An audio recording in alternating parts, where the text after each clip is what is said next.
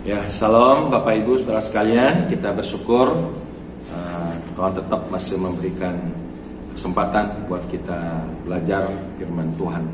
Mari sebelumnya kita mohon pertolongan Roh Kudus. Kita berdoa. Bapa di sorga, dalam nama Tuhan Yesus, terima kasih atas waktu yang indah ini. Kami boleh kembali untuk belajar firman. Terangi hati kami Tuhan, dan berikan pada kami kerinduan dan kecintaan, supaya kami tetap hidup di dalam kesetiaan kepada firman. Dalam nama Tuhan Yesus kami berdoa. Amin. Ya, salam Bapak Ibu, kita sudah belajar tentang puasa pada Rabu yang lalu. Sekarang kita lanjutkan bahwa kita telah menerima satu contoh yang sempurna dari Tuhan Yesus, di mana dia boleh berpuasa 40 hari 40 malam untuk persiapan sebuah visi misi pelayanan menggenapkan kehendak Bapaknya. Dan juga dari Musa yang dipersiapkan Tuhan untuk satu pelayanan memimpin umat yang besar, yaitu umat Israel. Satu beban pergumulan yang sangat istimewa, sangat berat, maka perlu diambil waktu untuk berpuasa sama 40 hari 40 malam untuk persiapan satu pelayanan.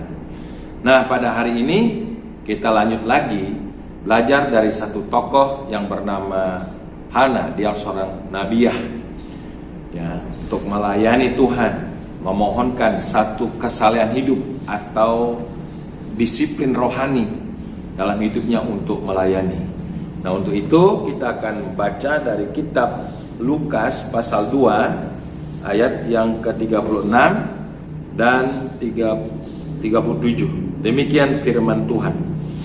Lagi pula di situ ada Hana, seorang nabi perempuan, anak Fanuel dari suku Asher. Ia sudah sangat lanjut umurnya.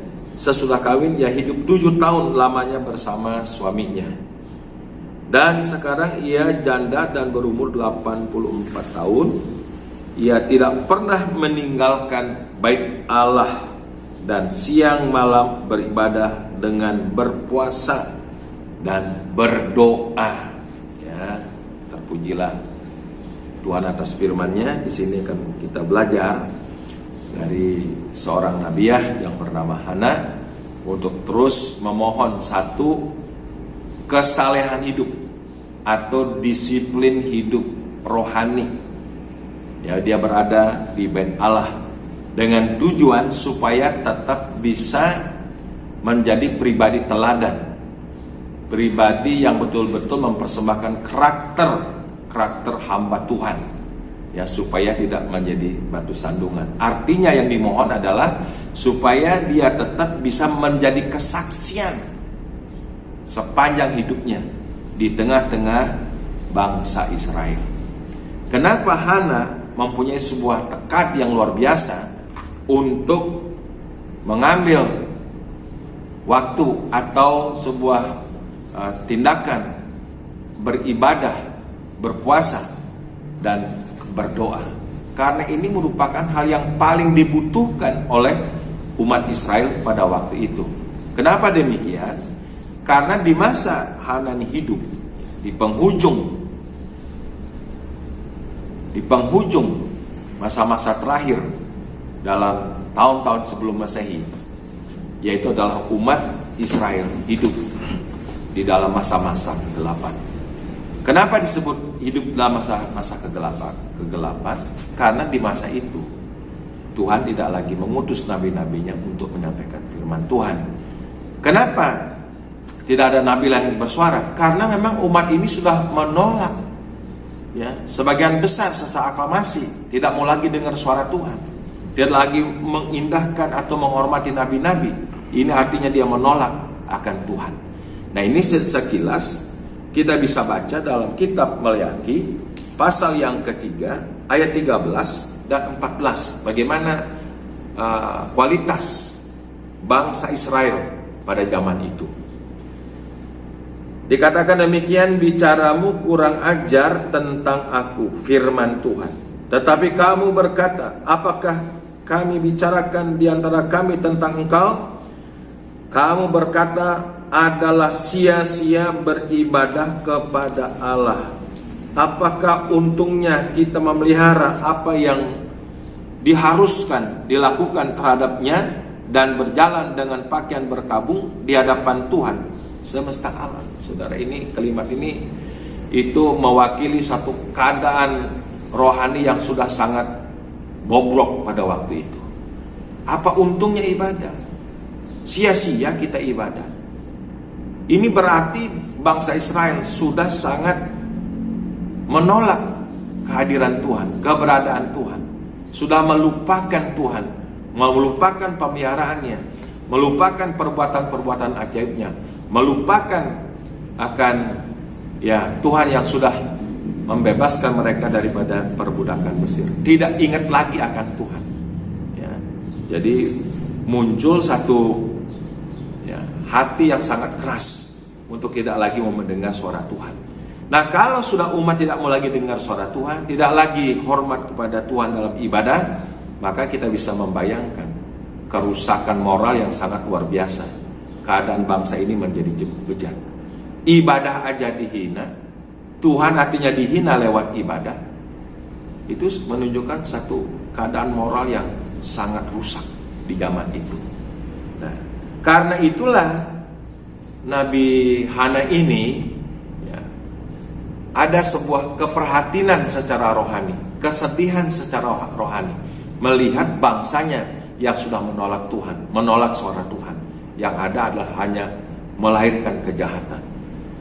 Jadi Nabi Hana tidak lagi bisa bersuara. Makanya yang bisa masih dilakukan adalah memohon kesalehan hidup, kesucian hidup, karakter hidup yang suci, disiplin secara rohani, melakukan ibadah, berdoa dan berpuasa untuk bangsa Israel pada waktu itu, supaya maksudnya Nabi Hana ini bisa membawa kesaksian yang baik di tengah-tengah sebuah kegelapan kehidupan rohani Israel pada waktu itu.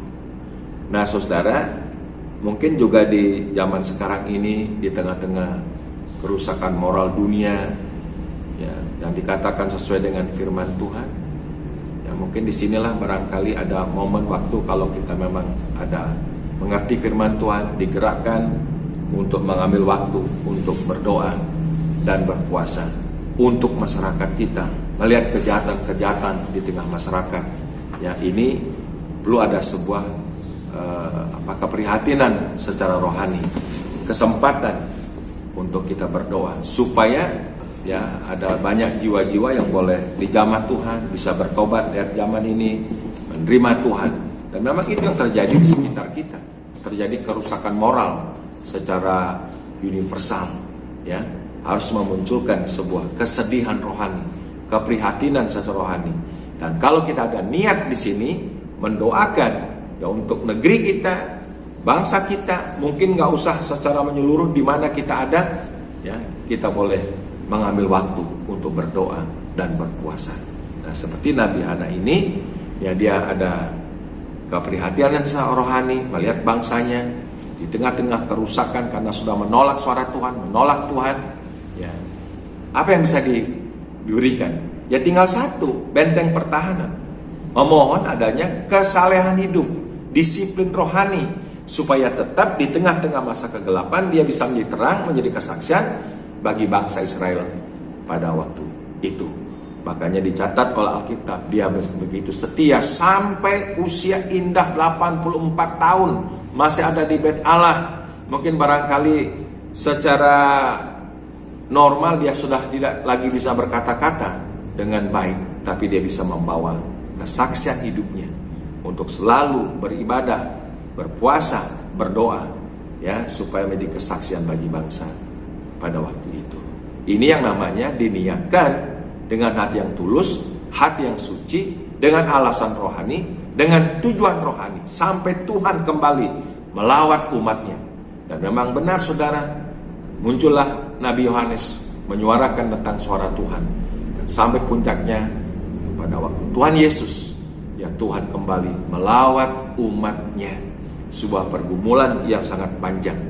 Ya, ada bukan hanya mungkin Nabi Hana, pasti ada juga pribadi-pribadi yang lain yang memiliki satu beban rohani untuk bagaimana supaya bangsanya dilawat dan diselamatkan oleh Tuhan.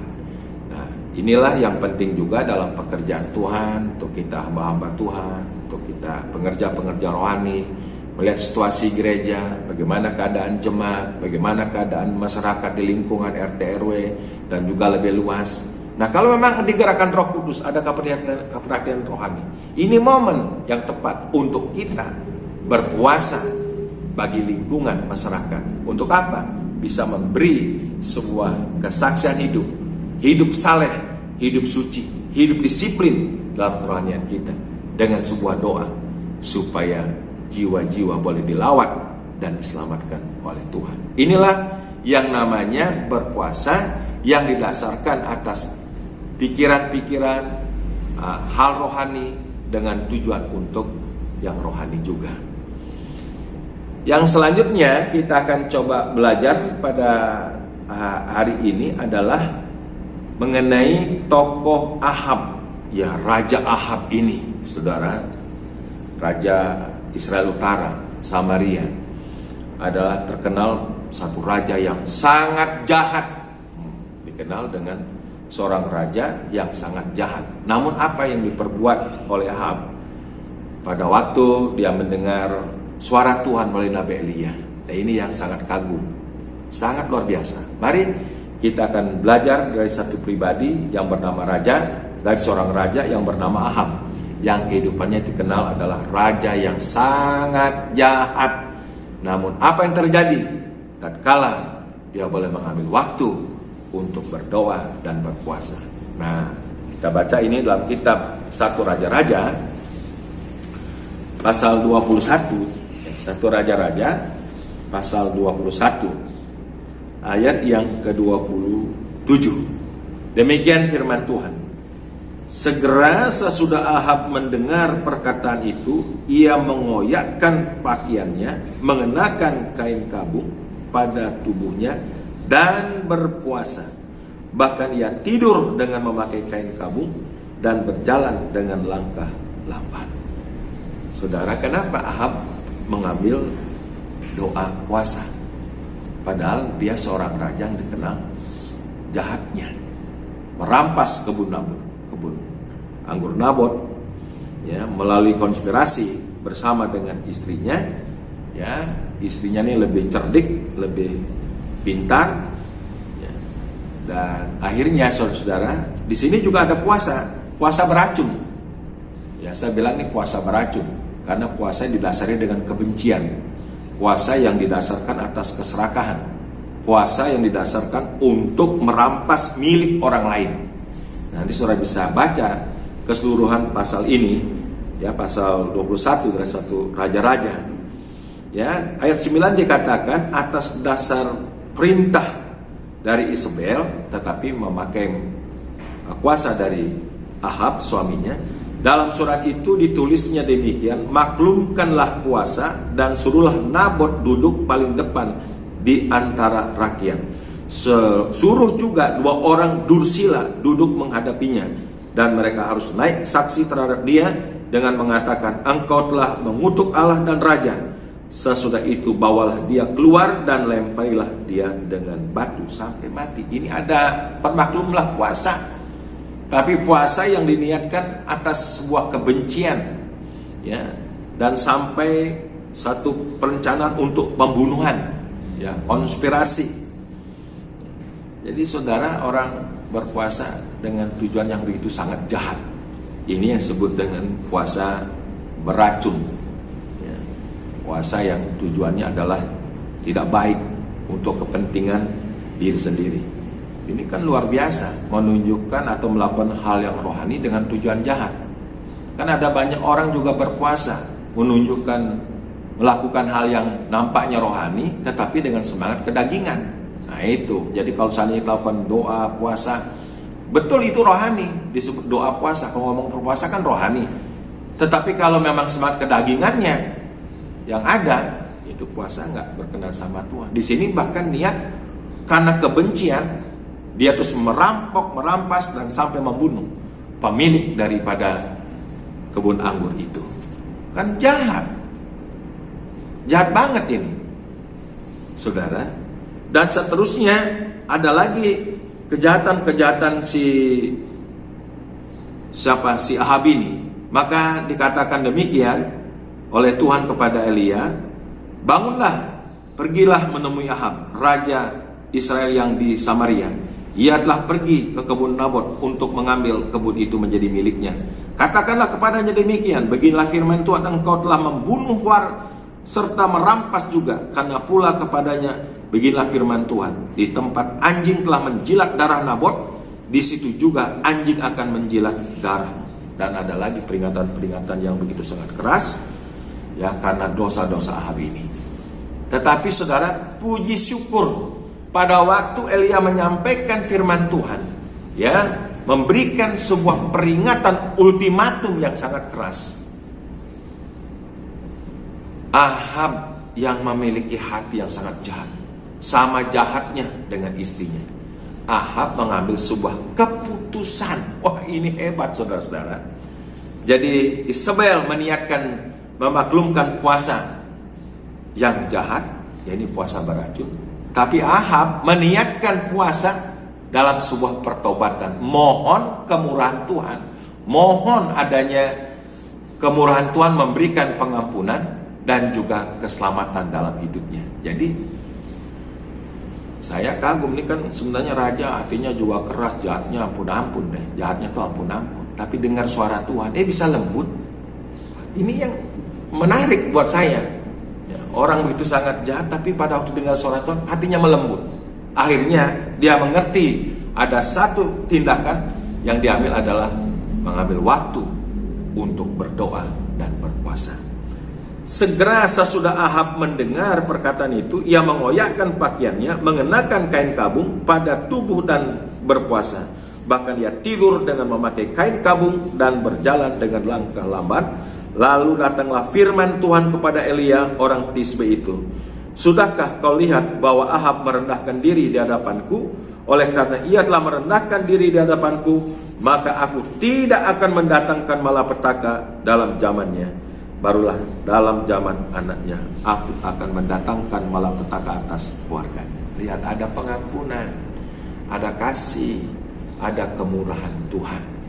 Jadi Ahab sekalipun dia jahat, namun tatkala mendengar suara Tuhan, hatinya melembut, hatinya luluh, dan akhirnya dia mengambil satu tindakan yang sangat terpuji.